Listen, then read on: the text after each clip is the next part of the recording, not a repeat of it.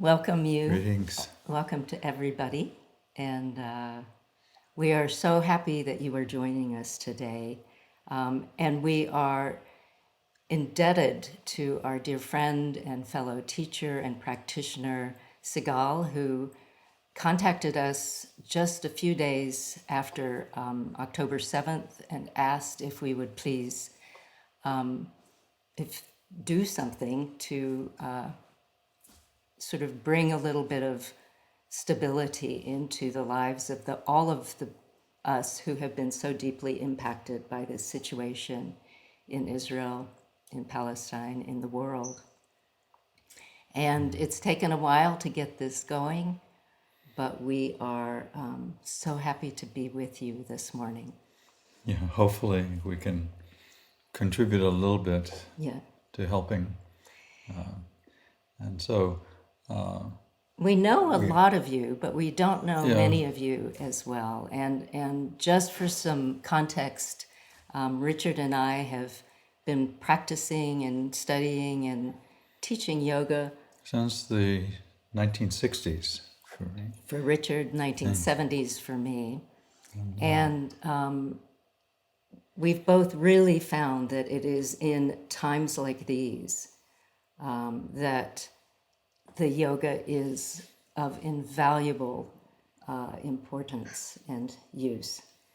The yoga helps to not only in a physical way calm the nervous system and bring us back down into the present moment and into being together with our families, our friends, and just the earth, but it is also a way of reminding ourselves really of what our deepest beliefs are and what our true ethical underpinnings are.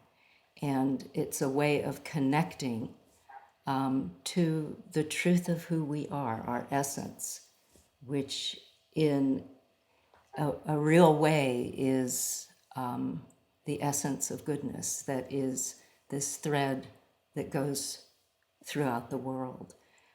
When the world gets turned upside down, as it has, it is so hard to find those parts of ourselves that feel that sense of being grounded, that feel the sense that our essence has not been destroyed, or we start wondering if it ever actually was there. Was there.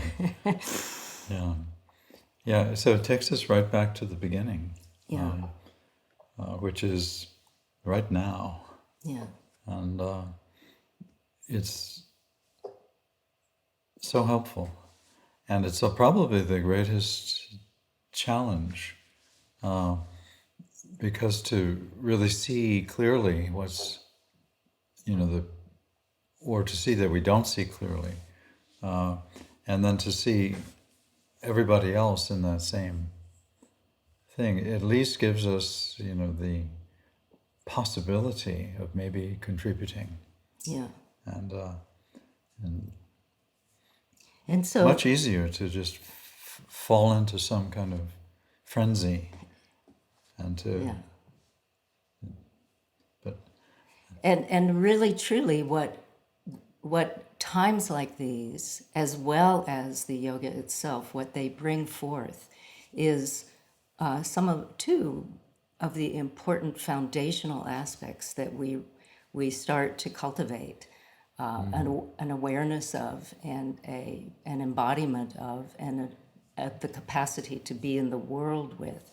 Two of the foundational aspects of yoga, which one of them is interconnectedness. In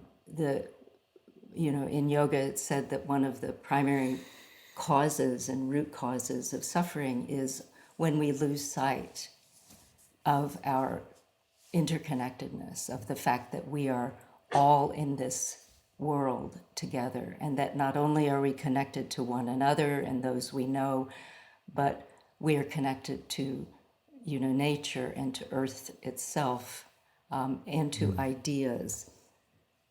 And when we get into states like war or turbulence, the feeling of isolation and the feeling of not being connected can come forth. And so it is in those times that, quote unquote, practicing yoga, and in this particular thing, we are going to embody some of what yoga is about, that the feeling of interconnectedness starts to seep back in. And another aspect that really is at the foundation of yoga is ahimsa, and that is the idea of non-harming. And again, ahimsa is one that becomes very challenging when we are in states of complexity like we are now. And the path to finding a way to not harm one another and to not harm ourselves is to really embody and drop into the sense of interconnectedness. Right.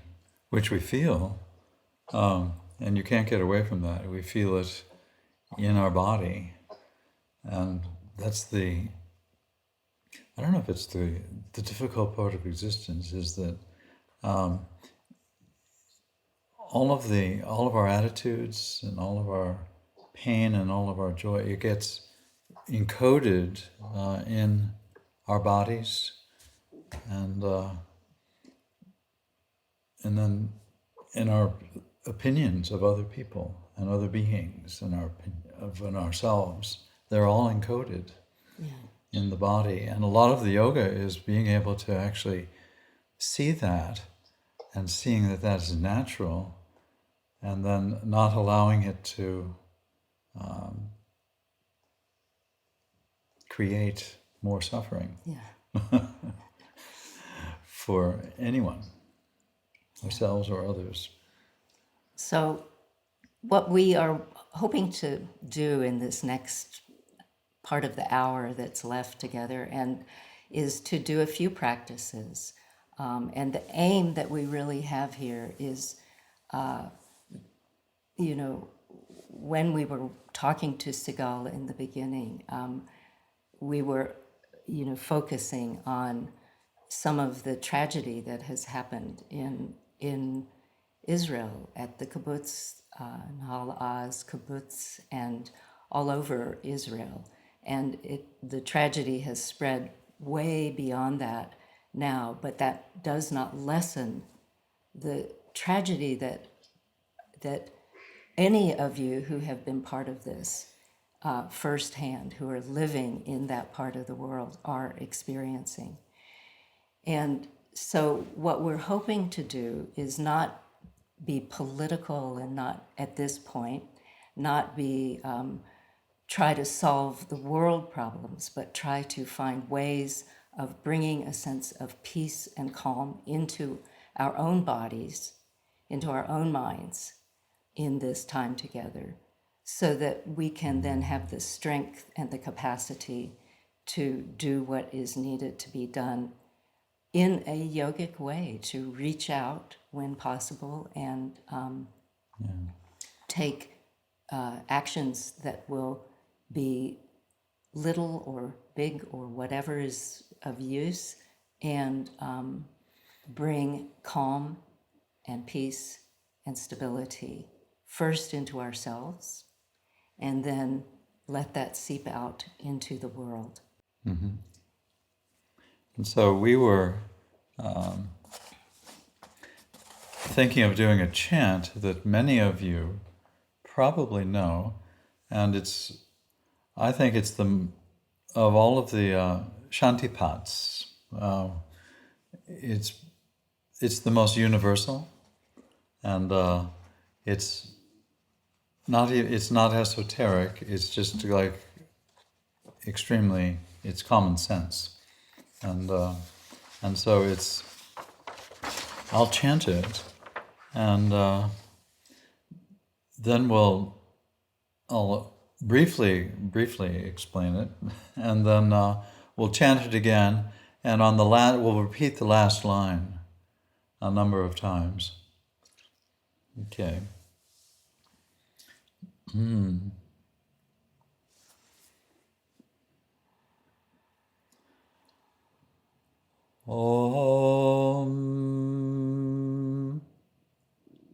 Sahana Bhavatu Sahanao Bhunaktu Sahaviryam Karavavahai Tejasvinavaditam Astu Mavid Vishavahai.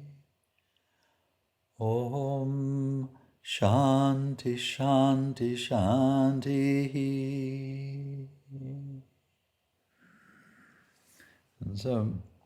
And it's very simple. Sahana Bhavatu means may we together be protected. Because if just one of us gets protected and the others aren't, it's still going to be bad. So may we together be protected. Sahana. Sahanao Bhunaktu. May we one enjoy together, or even Bhunaktu could be eating together, or share, the pleasure of just life together. Sahaviryam Karavavahe. And may we work together with great virya, and virya is courage. So we find that somewhere internally. And then Mavid Vishahavahai. And then may we not, as a result of all that, hate each other, which occasionally when we start to work together, annoying things can happen, there's misunderstanding. And this is all the time. So Mavid Vishavahai. So as we chant this together, we'll repeat Mavid Vishavahai a few times. And it's legal with chanting to just take one line and take it with you. And just repeat that during the course of the day. And in light of ahimsa and these times, this is a wonderful one-liner. But we'll do the whole thing. Oh, okay.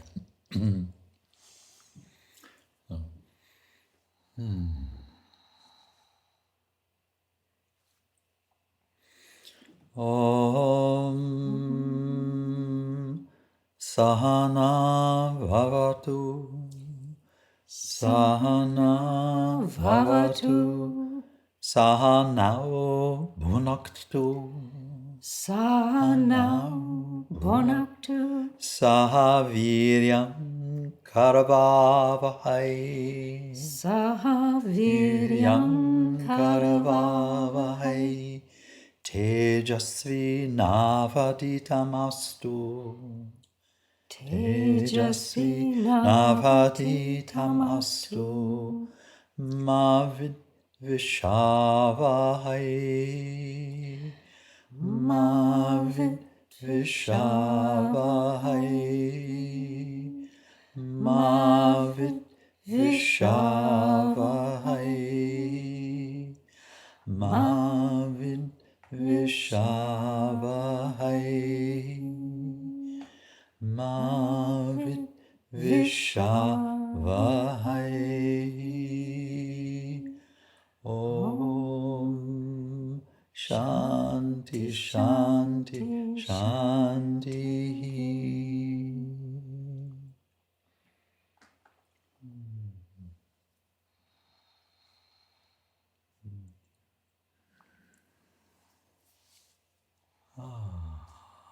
And part of the power of chanting Mavid Vishavahai is the feeling, the resonance that is left in the body, the residue of the resonance of sound, the vibrational quality.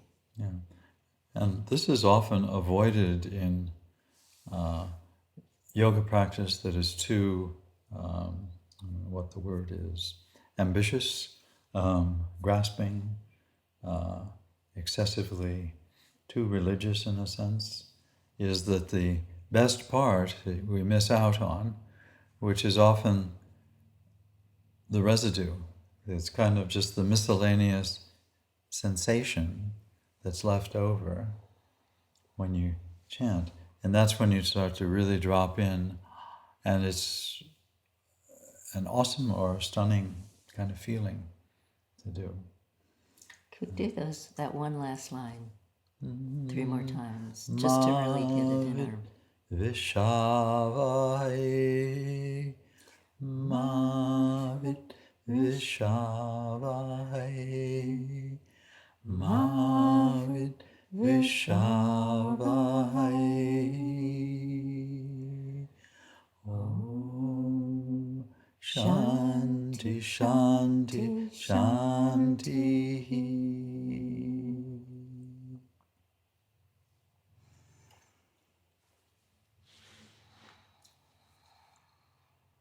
Thank you. Yeah. So as we sit with that, we want to acknowledge that for many of us, and we're so lucky to be as far away from this tragedy in the Middle East as we are, but even we feel this upregulation in our bodies and this inability, in a way, to just settle in. And we know from talking to Sigal and other friends who have been right in the throes of this, that our systems are so upregulated that we want to just try to come back into the body. And so we're asking you to either sit where you are or lie down on the ground. And if you lie on the ground, you can lie on your back and bring your knees up or have your legs stretched out, or just sit where you are, but be comfortable. And with things like anger or anxiety or, grief and sorrow and confusion, one of the simplest breathing exercises that we can do is just to tap in to the natural pattern of breath, and then very, very gently give it a little bit of a tweak to get us grounded. The natural pattern of breath with the inhale is that it is expansive and lifting, and you feel it when you breathe in. The heart floats, and there's a sense of spaciousness and potential creativity and connection to things outside of yourself. And then the exhalation is where we really drop down and connect to earth. Richard, you often say the apana, or the exhale, is like water to earth, connecting. Yeah, water. Well, while you're on the earth, okay, the alien's not included. If you want to locate the earth, you just spill a cup of water, and there it goes. It's that direction. And while you're in your body, if you just spill the exhaling breath, you get grounded. And when you're grounded, you can connect to yourself and to others. Yeah, and so the exhale is said to pop all of the bubbles created by the inhale, which is manifesting time and space and such amazing stuff that we then become either fearful of or attached to. And the apana, or the exhale, pops all of those bubbles. And just like when you pop a lot of bubbles, you get a flow of residue down into the present moment, which is considered the origin of it all. So we find a comfortable position and start bringing the focus to your breath. And for many of us who've practiced yoga, we know what is called the ujjayi breath, where you very gently close the back of the throat and make a soft aspirate sound, like you're whispering. And you're whispering a sound of deep connection and as if whispering to your beloved. So you whisper with your lips closed, breathing out and breathing in. And it has that, so if you start doing that now, just using the Ujjayi breath, wherever you happen to be, just letting the breath do whatever it's doing. Breathing in and breathing out. And it might be helpful to have the eyes closed. Maybe the eyes are gently open and downcast. But bring your focus to the sound and the sensation of the breath in the core of your body. And notice the underlying pattern of breath. As you inhale, there's a sense of the chest expanding, and at the top of the inhale, there's just a natural gap, and then the breath turns around, and the breath flows back out naturally. Same aspirate sound. And at the end of the exhale, again, there's a gap, just a natural gap, not trying to change anything. So take a few rounds of your own breath, really tracking this pattern of the breath, the inhale and the gap and the exhale and the natural gap. And allow the tongue to soften and the jaw to be released. The palate softened inside the mouth. And the inhale and the gap and the exhale and the natural gap. And the breath is just natural, not trying to change it. It might be even in length, inhale and exhale or not. And that's okay. Either way is just right for you at this moment. And the breath may be long and smooth, or it may be short, or it may be choppy.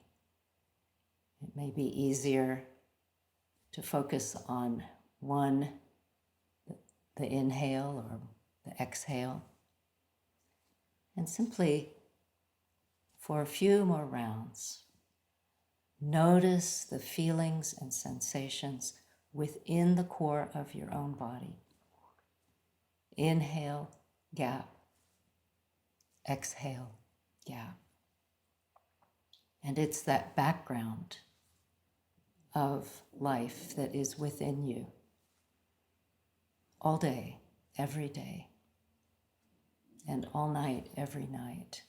It is this capacity to stabilize and the capacity to connect your body and your heart and your mind through the breath. And then keeping the tongue soft and keeping the jaw released, awareness of breath. Now take a slight shift in this pattern so that you inhale, and at the top of the inhale, there's a natural gap. And then the breath just flows out again naturally. Then at the bottom of the exhale, pause. Don't retain the breath, don't grip it or hold it, just a pause. And then inhale again, natural gap. And then the exhale and a pause, extending the gap. So take a few more rounds like this, really listening to the sound, feeling the depth of the breath in the core of the body, the inhale and the gap, and the exhale and pause at your own pace.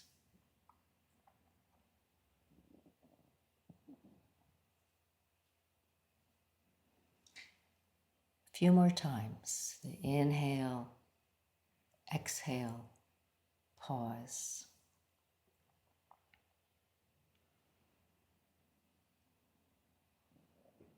And then keeping, again, the tongue soft and the jaw released and the eyes very steady, soft. Let that pattern go and just let the natural pattern of breath be there in the foreground.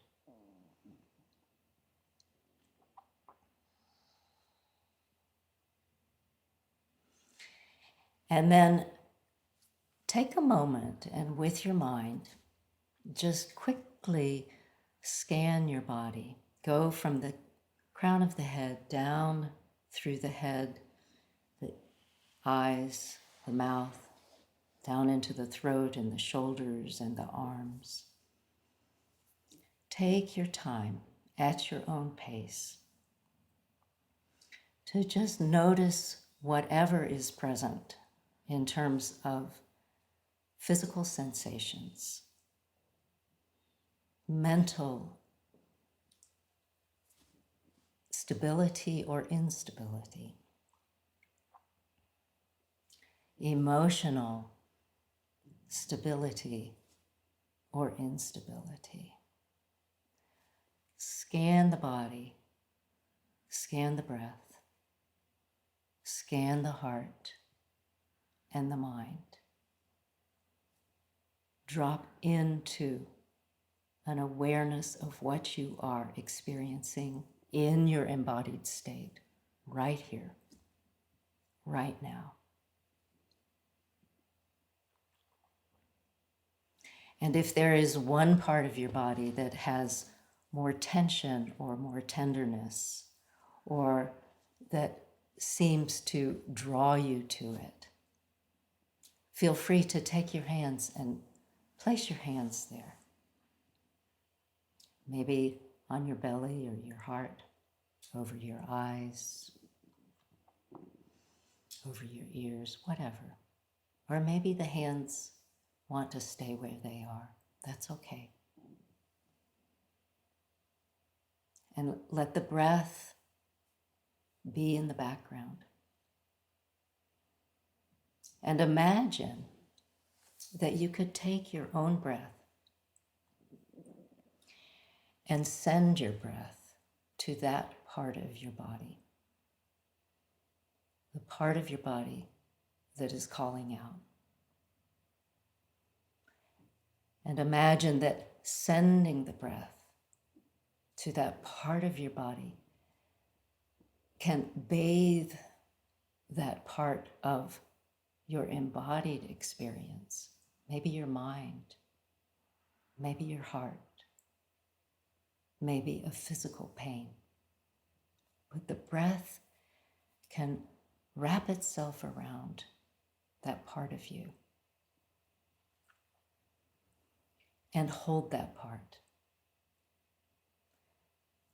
Let the part feel held in suspension with kindness through your very own breath.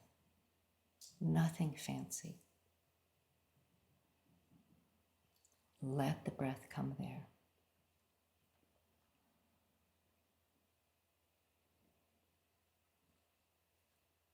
And take a few more rounds.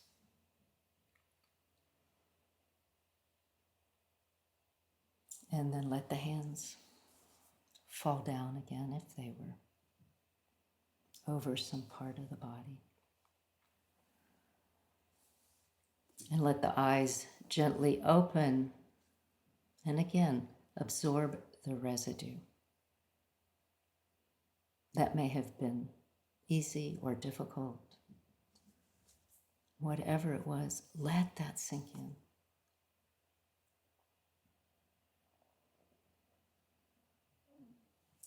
Let the power of the breath be part of what keeps you grounded, filled with a sense of non-harming and connectedness. And then if your eyes are closed or if you're lying on the ground and you want to sit back up, do. If you don't want to sit back up, don't. We have a few more little things we'd like to do. And so we're going to just sort of let you shake it out if you want, just however you want.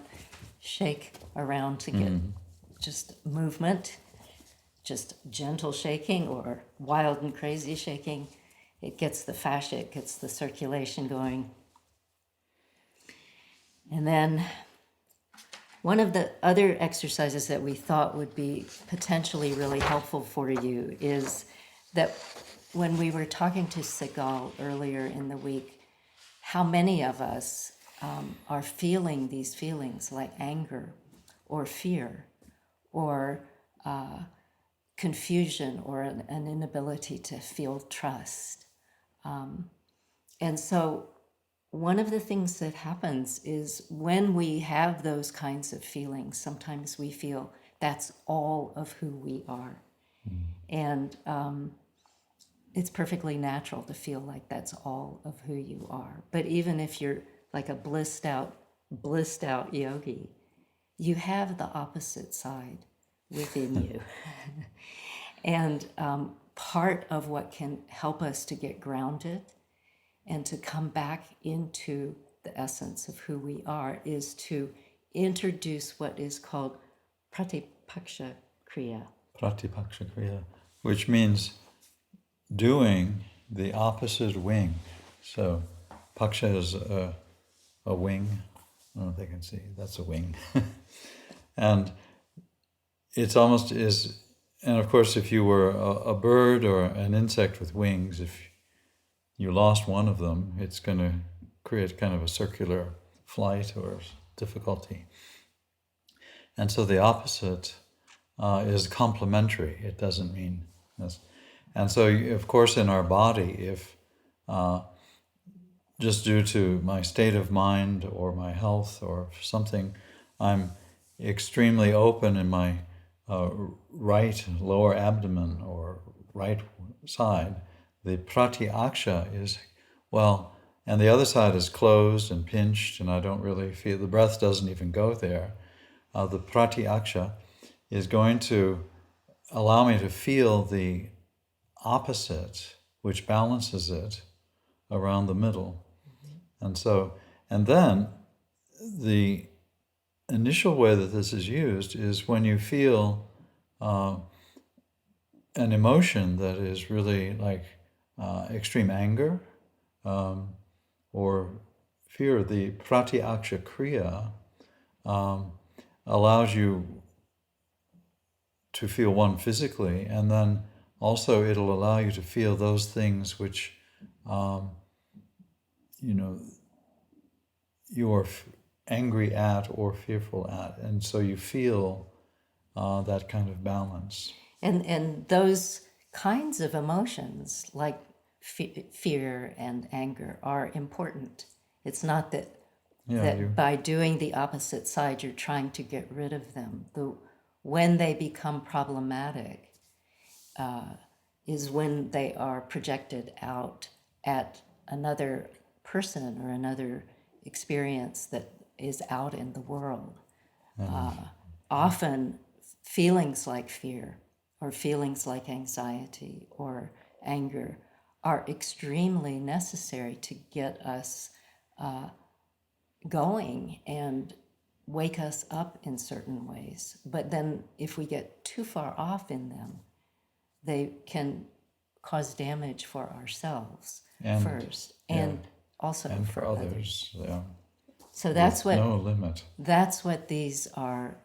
These practices can help us with, and we have two, because the body takes on the forms of these dysregulated emotions, and we have two that Richard will work with us on. Oh, and most of you have probably done this before.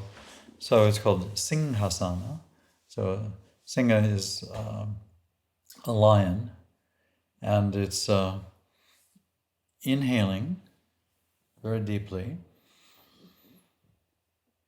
so much so that even the neck muscles fill the top, and then sticking out your tongue, gazing you have a choice, but right up here, so you're looking right between the eyebrows, so you'll see a bunch of eyes. Don't look up too high, just that'll do. And then you slowly make a roaring sound, but it's not like it's just I'll demonstrate it. It's not aggressive. It's not like, It's sincere though. it's sincere. But the thing is to keep good posture. So remember when you exhale, don't close your heart, because when we see the dissolution of time and space, we always close our heart. But you have to keep your heart open. So I'll demonstrate it. So I'll inhale.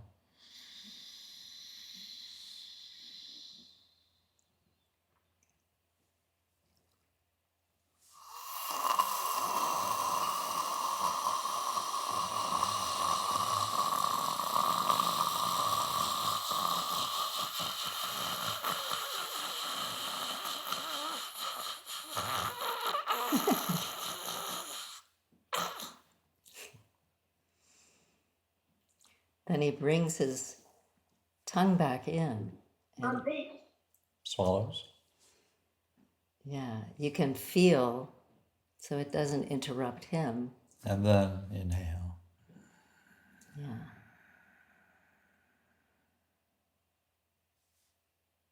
And after you inhale, exhale. There's a pattern. So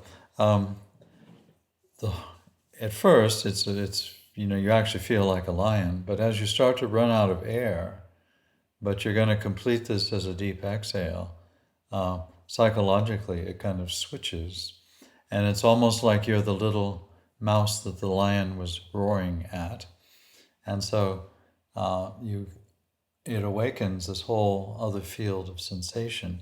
And then the very end,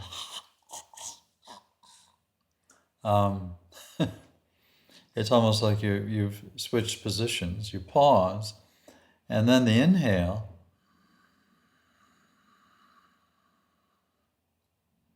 Okay. And I like to think that the lion and the little mouse that it was roaring at have become, integrated or friends.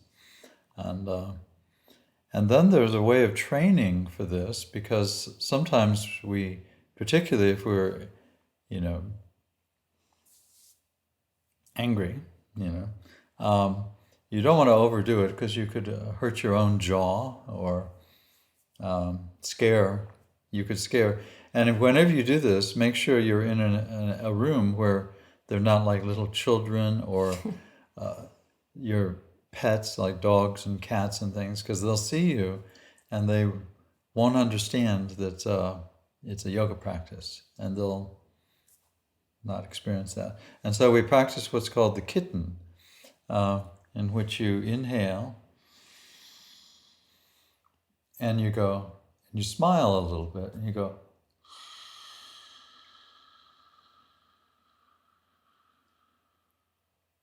but still all the way. Deep exhale. And then bring the tongue in, let the moisture return. Swallow, and then inhale. Do you want to try it? Yeah. Yeah, well, we'll just watch on the screen. No, you guide them. I'll do the kitten, and you can do the lion. Okay. Because my lion isn't very fierce. Yeah. And in the lion, the classical thing is to straighten your arms, but to roll the shoulders back so the heart stays open. So after exhaling, we do a nice deep Ujjayi inhale.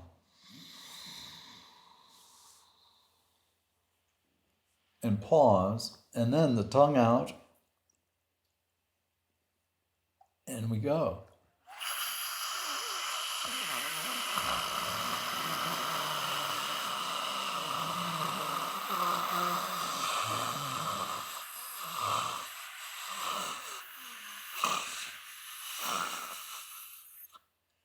Once you're empty, tongue in, let the moisture return, swallow, and then inhale.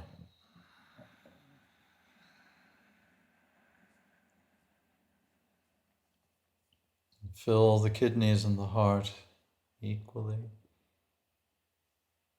And at the top, you just smile slightly, so there's no biting.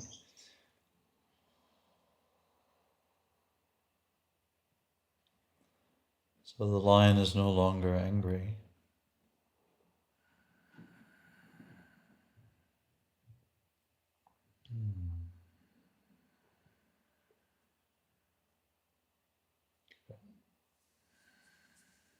Anyway. So that can be balancing. The inhale, exhale, pause can be balancing. There's some pattern, it seems to be the breath. Yeah. But do remember, don't do this in a room filled with innocent creatures who will take you seriously. Yeah. We've done that a few times. Yeah.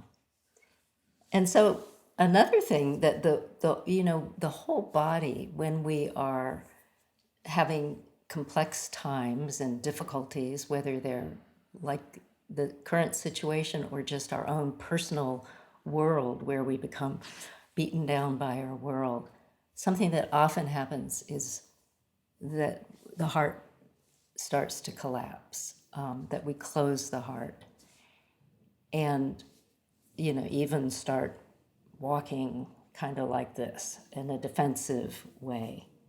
And so Yeah, you put a a shield. shield on your heart. So, there's a pose that Many of you know. the banker's pose.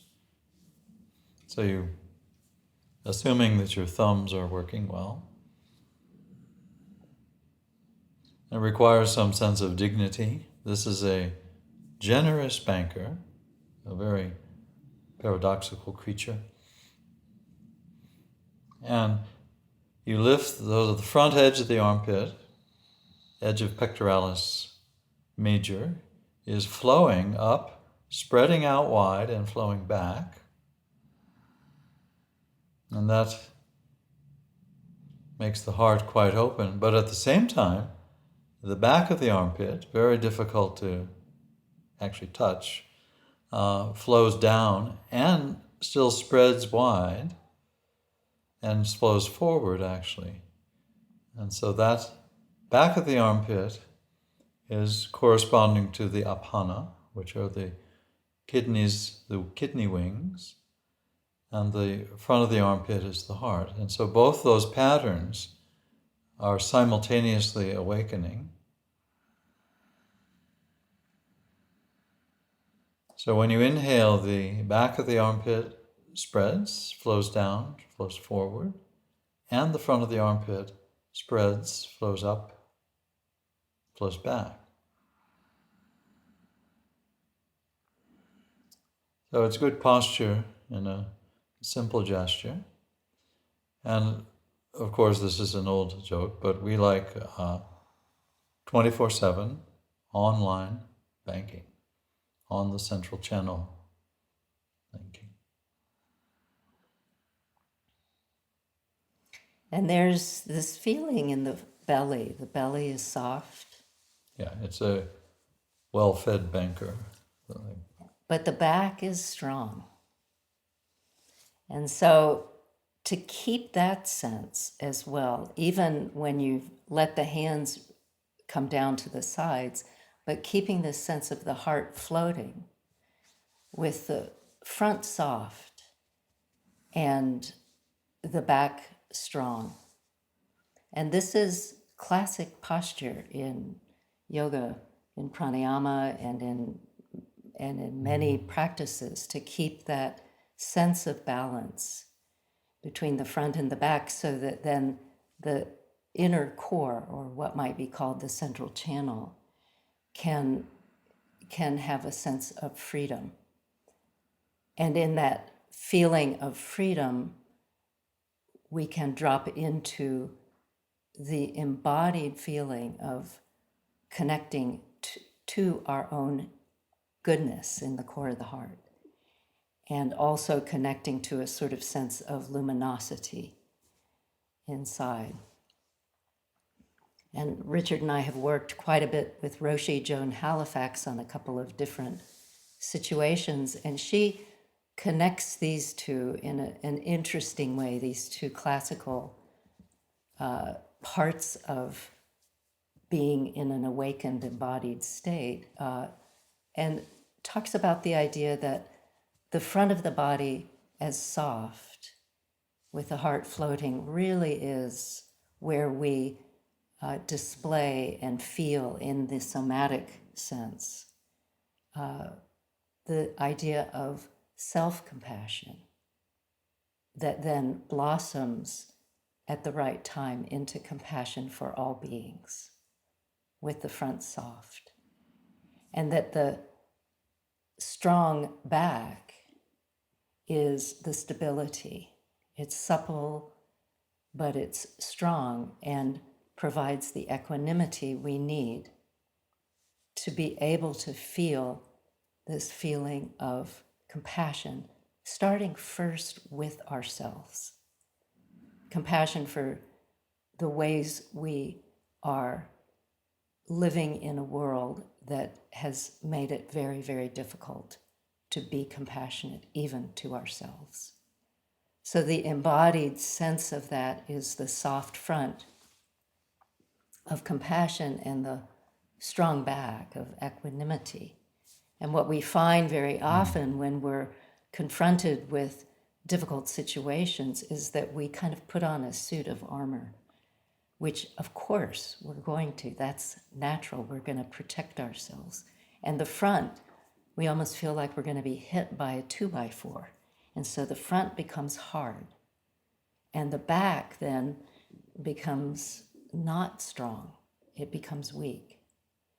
And so if within our own embodied state, we can start cultivating this sense of softness in the front and strength in the back, just like you were saying, then we start being able to cultivate the feeling of being awake and grounded and clear in who we are. And really, truly, especially in times like these, we must start by feeling those things within ourselves so that we can tap into the feeling of non-harming for ourselves and then let that seep out into the world. So we start at home and then it goes out from there. Yeah, and the strong back gives you all of the whole spectrum of all kinds of emotions, but they are in you and then rather than projected, and so that gives you the skill to actually do at the appropriate time to do at least something, if not for everything, just for your local environment, something that is actually useful, helpful. Good. So we're hoping that some of these things, both practices and the thoughts that we've given you about what it is to be practicing yoga, doing yoga in this extremely troubled time, that maybe we hope they will serve you. We'd like to open up the session for any discussion that people want to have or questions that people might have. Or insights. Or Over insights. And we're sorry for all the glitches in the technology, but that's life these days. So, yeah. So, anybody have any thoughts? Please feel free to raise your hand or unmute.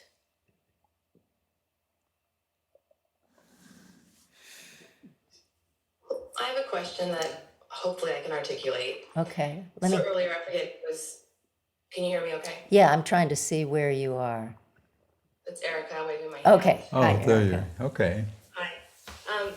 One of you, I can't recall if it was Mary or Richard, said earlier that the self-compassion can flow into compassion for all beings through these practices.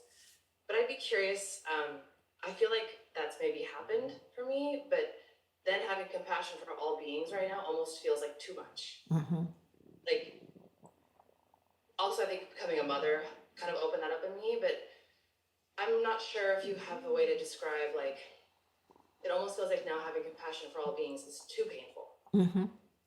That's a wonderful comment. Thank you. And that happens.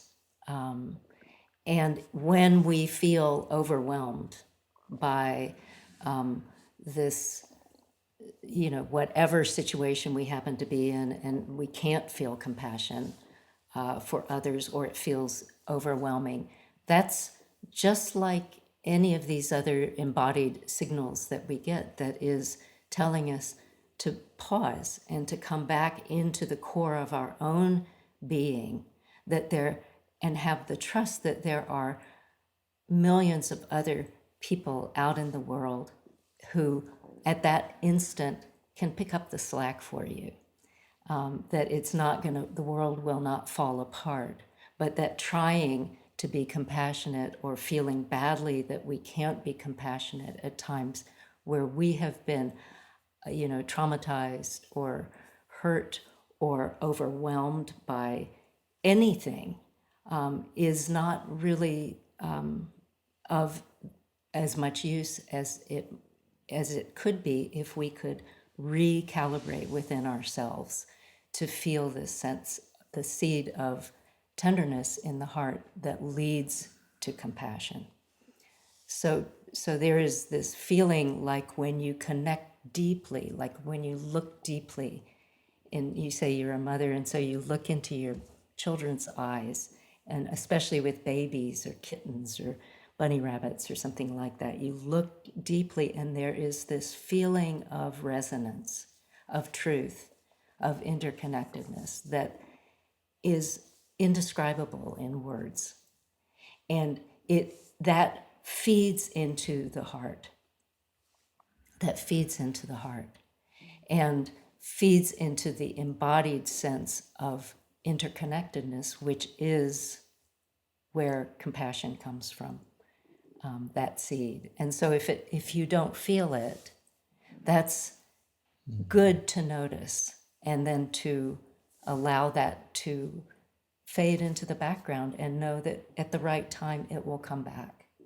But that what will allow it to come back is to take care of what needs to be taken care of within your own embodied state. Does that help? It does help, and it makes sense in my own experience too. But I think, yeah, sometimes there's this feeling that you want to help, but if you're not in a place where you're ready, it probably isn't that helpful. So I'm following. Yes. Yeah. Yeah. Yeah.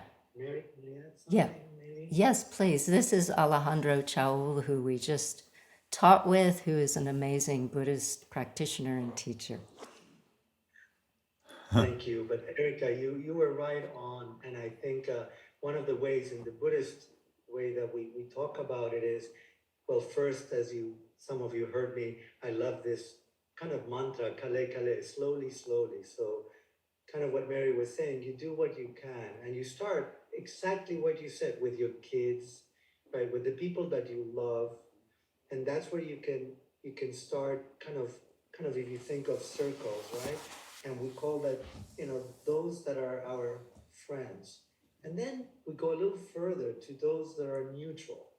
And neutral may be, people that they're not friends, but you don't dislike, maybe, people that you meet in coffee shops and restaurants, and, and then you go further if you can to those quote unquote that we call enemies. So as we are, what both Richard and Mary are inviting us, kind of expand as we can, and kind of stay there with that, and in a way, whatever we can, acknowledge that not as a sense of limitation, but a sense I can expand up to here, and this is what I can do.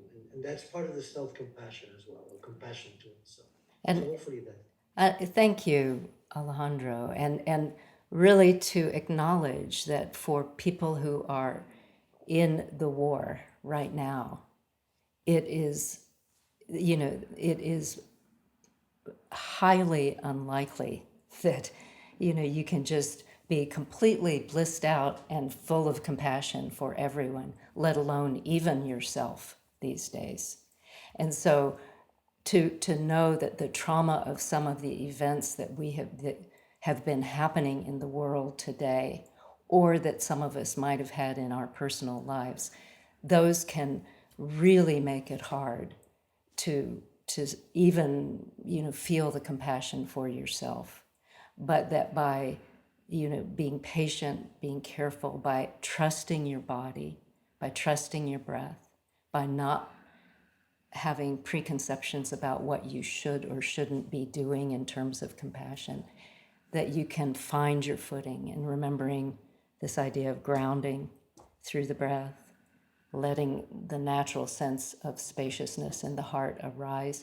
Even that, as you say, Ale, is that's like this little step. You step by step, you start feeling connected.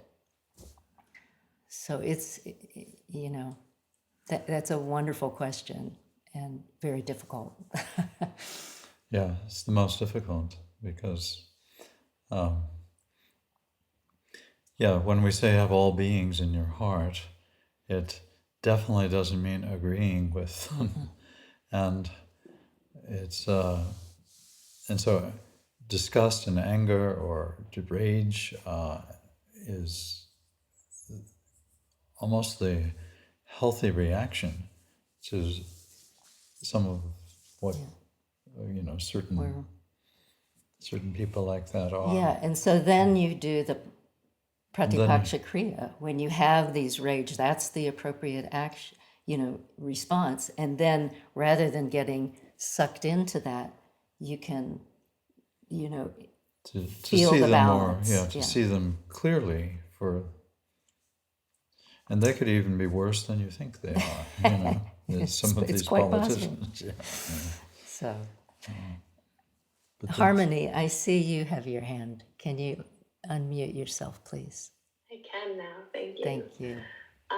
Yeah, I was just going to say that. I love that you touched upon like it evoking past trauma in our own lives. And like if you're in it and you're experiencing the trauma, I think sometimes as yoga practitioners, we think that practicing yoga should just like make us love everyone or feel peaceful all the time or blissed out. But I think there's real value in like allowing ourselves, and we did a little bit of this in the meditation and scanning the body, just like to feel the contraction in our body, to feel the emotion and like be with it and be with it in a loving, compassionate way, because that's part of how we bring self-compassion, right? Rather than trying to push it away or think, I shouldn't feel this way. Or like you were just saying, Richard, like if there's rage, saying, I shouldn't feel rage, but just feel it and be with it and be with that compassion, self-compassion first, so that we can then like extend that when it's appropriate, and when we've kind of done that inner sort of acceptance and work too. And I would just love if you can talk a little bit about how important it is to kind of be with those emotions and then using the breath maybe. I think that's such an important tool to just like breathe and be with it and stay with it and not try to make ourselves wrong for feeling whatever we might be feeling, whether it's ugly or great or beautiful or, maybe angry. Thank you. Yeah. And to add to that, Harmony, the both the wonderful part and the horrible part about yoga is that it makes you more sensitive. So those things are natural to come up. The things like anger and fear, etc., resentment, that kind of thing. And you know, it, because we do yoga, we notice them more, they can be more overwhelming in a sense. And we've been working on this project for the last couple of years on embodying what are called the Brahma Viharas, or the ways that you can deal loving kindness, and how you can work that into your an embodied state, and recognizing that we have these, you are embodied through your physical body, through what you might call the heart body, through what you might call the mind body. And that, as you say, Harmony, the communicator, the great communicator and the kingpin of all of that is the breath. That when you start noticing the breath more regularly, you start noticing that even when you're, feeling tension, let's say, just a little anxiety, the breath has already told you you're feeling that. And so by noticing the breath earlier in the process, or noticing physical or emotional or mental states that are not balanced earlier in the process, you end up being able to sort of wake up more quickly and come back into the moment, and then get a little more clarity without pushing these things away. It's an art form. Yes. We can theorize about it, but we can't always do it, nor can anyone that we know. So, yeah. I see Zion. Have you raised your hand? Yes. Yes. Hi. Hi there. I'm in Israel right now, and I just wanted to say thank you, and that this session was so important for me. It's been so hard in the first days of the war to find any kind of tool that would help us in the yoga world, and this session has reminded me so much, and I'm sure that it was valuable for everyone, not just myself, but I just wanted to say thank you so much. Thank you. Thank you. Yeah. Wonderful. Thank you. Please stay safe. Yeah. Thank you.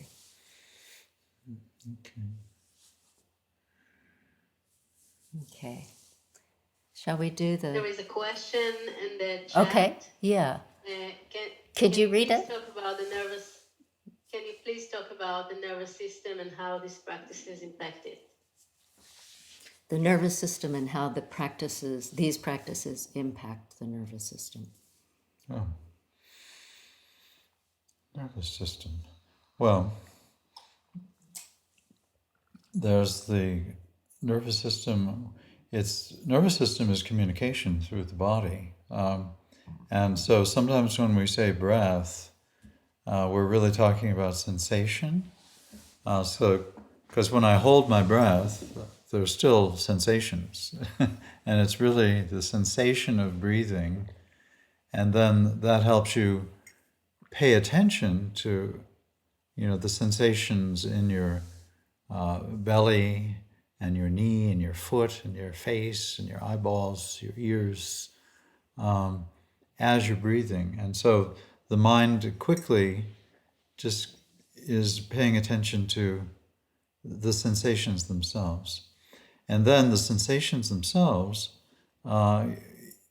get hooked up to stories, or ideas about them. And so a particular sensation will then trigger a memory, or an association, and I'll make an object out of it or a subject out of it and think, oh, now I'm feeling like myself or something. And and the practice is really, can we return just to the immediate experience? And so our breathing exercises, of course, they're ways of it gets us close, because it's hard. We have an idea of what breath is. We have an idea of what sensation is. And actually breath and sensation are beyond your ideas about them. But we hopefully we're getting better and better and more subtle ideas. And then occasionally we just slip into the present moment, just out of this natural wonder beyond technique. Yeah. And it's And another way the breath really helps, and it actually works even better when you combine the breath, say, inhaling and lifting the arm up overhead and moving with the breath in and out of yoga postures. But that the breath helps, like the fascia move, and the fascia helps that on a physical level, the nerves move. And so that starts to, we often talk when we're doing yoga practice that, the breath in combination with moving or simple awareness of breath is a way of combing out knots that have been sort of accumulated within the nervous system.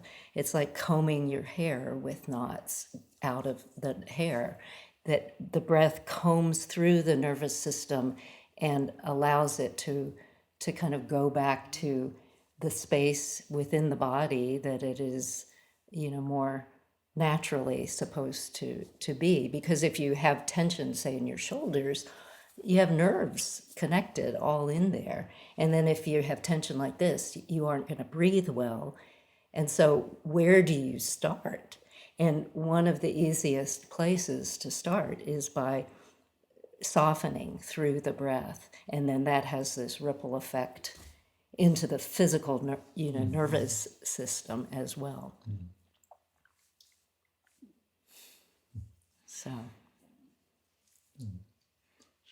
yeah, so we've kept you longer than we'd intended, so we apologize, but we're so grateful to all of you who came, and please stay in touch. We don't, we'll be doing more things in the near future. We're about to travel, so we're going to be in the air soon.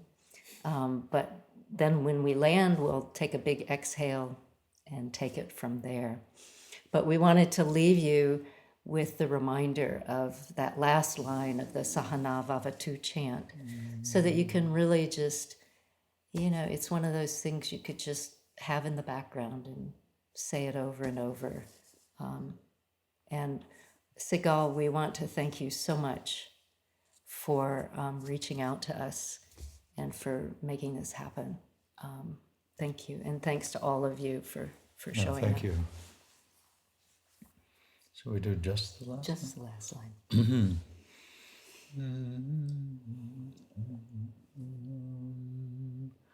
Mavid Vishavahai Mavid Vishavahai Mavid Vishavahai Mavid Vishavahai Mavid Vishavahai Om Shanti Shanti Shanti.